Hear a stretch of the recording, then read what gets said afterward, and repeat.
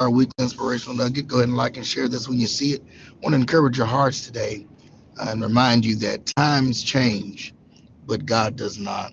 I realize that life can be challenging, and I also realize that, for example, this morning and this weekend, we've had some warm weather. So far, not only this summer, but this fall, we've had some relatively warm weather. But this weekend brought about a change.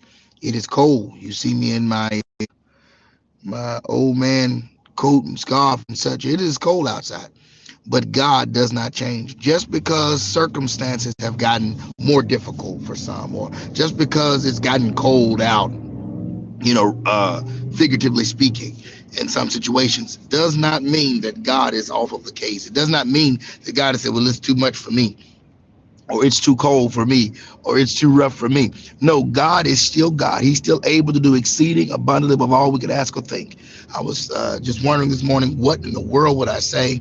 Lord, give me what to say to you people this morning. And that thought just dropped into my spirit. Times change, but God does not. God does not change. He does not waver. He does not alter who he is because of what's going on. So all we need to do is trust God, believe God, stick with God, and I promise you, he'll bring us out, he'll bring us over, he'll bring us through.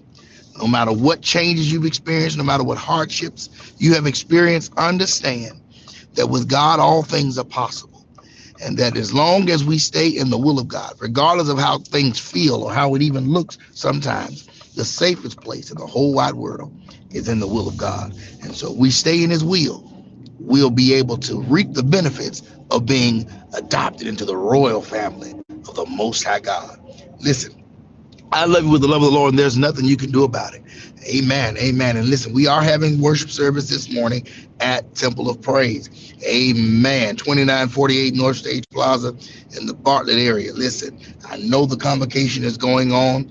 Amen. And I have not been able to make it to any services as of yet physically, but I have been online, and it is wonderful to have the saints back in the city of Memphis. Amen. It is wonderful for the saints to be back home. Amen. And I have seen some great things, and I'm thanking God for his move at the convocation, but everybody can't make it downtown. So I invite you, if you're free, come on out to Temple of Praise and let's have a wonderful time there as well at 11 o'clock. Listen, I love you once again, the love of the Lord. There's nothing you can do about it.